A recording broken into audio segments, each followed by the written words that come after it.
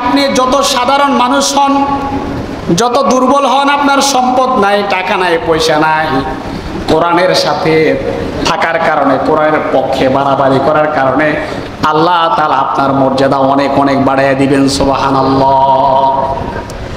এজন্য আল্লাহ বলতে ইন্না রাব্বাকা হাকিমুন আলিম।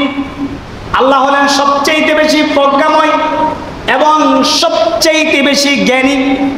মনে রাখবেন, ইব্রাহিম আলাইহিস সালাতু ওয়াস সালাম তিনি তার রবকে খুঁজতে গিয়ে প্রথমে তারকাকে রব বলেছেন, তারপরে চন্দ্রকে রব বলেছেন, সূর্যকে রব বলেছেন কিনা কোরআনুল কারীমে এগুলা বিস্তারিত আছে, সময় নাই, শুধু এতটুকু বলবো। তিনি দেখলেন তারকারাজি, তারকা দেখার পরে তিনি দেখলেন চন্দ্র তারকার চাইতে বড়। আবার সকালবেলা দেখলেন সূর্যটা বিশাল আকৃতি নিয়ে উঠে, সূর্যটা পুরা জগৎটাকে আলোকিত করে দেয়। তিনি বললেন সূর্যই খোদা হবে, কারণ সূর্য তো পুরো পৃথিবীকে চমকাই দিছে।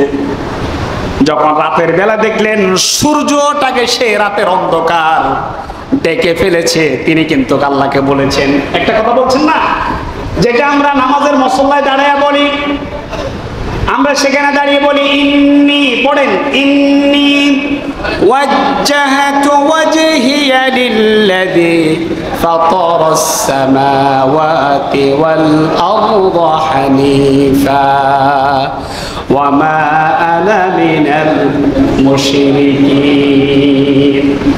তিনি সেখানে বলেছেন সবকিছু থেকে মুখ ঘুরে তিনি বলেছেন ইন্নী ওয়াজ্জাহাতু ওয়াজহিয়া লিল্লাযী ফাতারাস সামাওয়াতি ওয়াল আরদা হানিফা।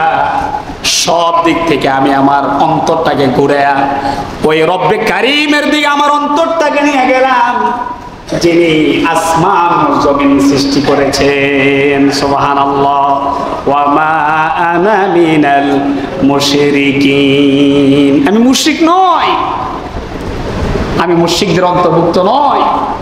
এজন্য প্রিয় ভাইরা আমার, মনের ভিতরে অনেক কিছু আসবে, অনেক জল্পনা কল্পনা আসবে, এগুলা সব কিছু ধুয়ে মুছে দূরে ফেলে দিয়ে রব্বে কারীমকে একমাত্র স্রষ্টা, একমাত্র রব, একমাত্র আল্লাহ। তাবলীগওয়ালারা এগুলো বেশি বলেন আল্লাহ খাওয়ায়, আল্লাহ বলেন। আমরা তো মনে করি চাকরি খাওয়ায়, চাকরি ফলে, বলে কিনা? চাকরি না থাকলে কিভাবে চলবো?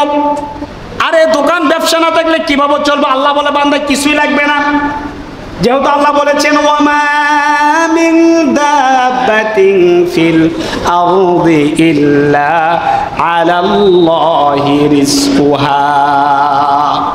আল্লাহর কথা কখনো মিথ্যা হতে পারে না, যেহেতু আল্লাহ বলেছেন ওয়া মা মিন দাব্বাতিন ফিল আরদি ইল্লা আলাল্লাহি রিজকুহা। পৃথিবীতে বিচরণশীল যত প্রাণী আছে এগুলো নিজে একমাত্র কার হাতে? কথা বলেন, কার হাতে? সম্পদ যদি মানুষকে খাওন দিত, এ পৃথিবীর কোন গরিব মানুষ খানা পাইতো না। পৃথিবীর কোন গরিব মানুষ কি পেত না? আরে ব্যবসা এটা খাদ্য না, ব্যবসা এটা একটা উপার্জনের মাধ্যম। খাদ্য হলো আপনি 3 বেলা যতটুকু খান ওটাকে বলে খাদ্য।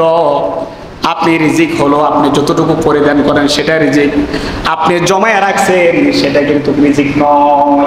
ওই ব্যালেন্স আপনাকে জাহান্নামও নিতে পারে, জান্নাতও নিতে পারে। কারণ যেটা ব্যালেন্স, যেটা জমিয়ে রাখে চলে যাবেন দুনিয়া ছেড়ে, ওই রেখে যাওয়া জিনিস আপনার সন্তান ভালো কাজে ব্যয় করলে কাজে ভালো, আপনি ভালো ফল পাবেন, খারাপ কাজে ব্যয় করলে খারাপ ফল পাবেন।